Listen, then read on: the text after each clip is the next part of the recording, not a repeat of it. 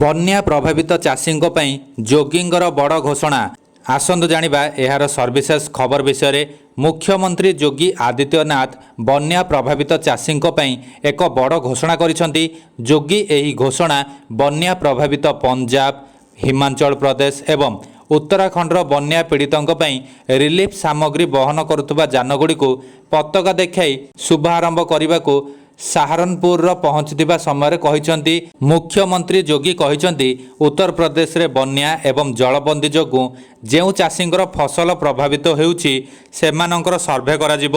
Survey report ଆସିବା ମାତ୍ରେ ଯେଉଁ ଚାଷୀଙ୍କର ଚାଷ ନଷ୍ଟ ହୋଇଥିବ ତୁରନ୍ତ ସରକାରୀ ସ୍ତରରେ ସେମାନଙ୍କୁ ଟଙ୍କା ଏବଂ କ୍ଷତିପୂରଣ ପ୍ରଦାନ କରାଯିବ। ଏଥିସହିତ ମୁଖ୍ୟମନ୍ତ୍ରୀ ଯୋଗୀ କହିଛନ୍ତି, ବନ୍ୟା ପ୍ରଭାବିତ ଅଞ୍ଚଳଗୁଡ଼ିକୁ ରିଲିଫ୍ ସାମଗ୍ରୀ ପହଞ୍ଚାଇବା ପାଇଁ ସରକାର ଯୁଦ୍ଧକାଳୀନ ଭିତ୍ତିରେ କାମ କରୁଛନ୍ତି। ଯେତେବେଳେ ସମସ୍ତେ ଏକାଠି ଏକ ସଙ୍କଟର ସମ୍ମୁଖୀନ କରନ୍ତି ସେତେବେଳେ ସଙ୍କଟ ଆଉ ସଙ୍କଟ ହୋଇନଥାଏ।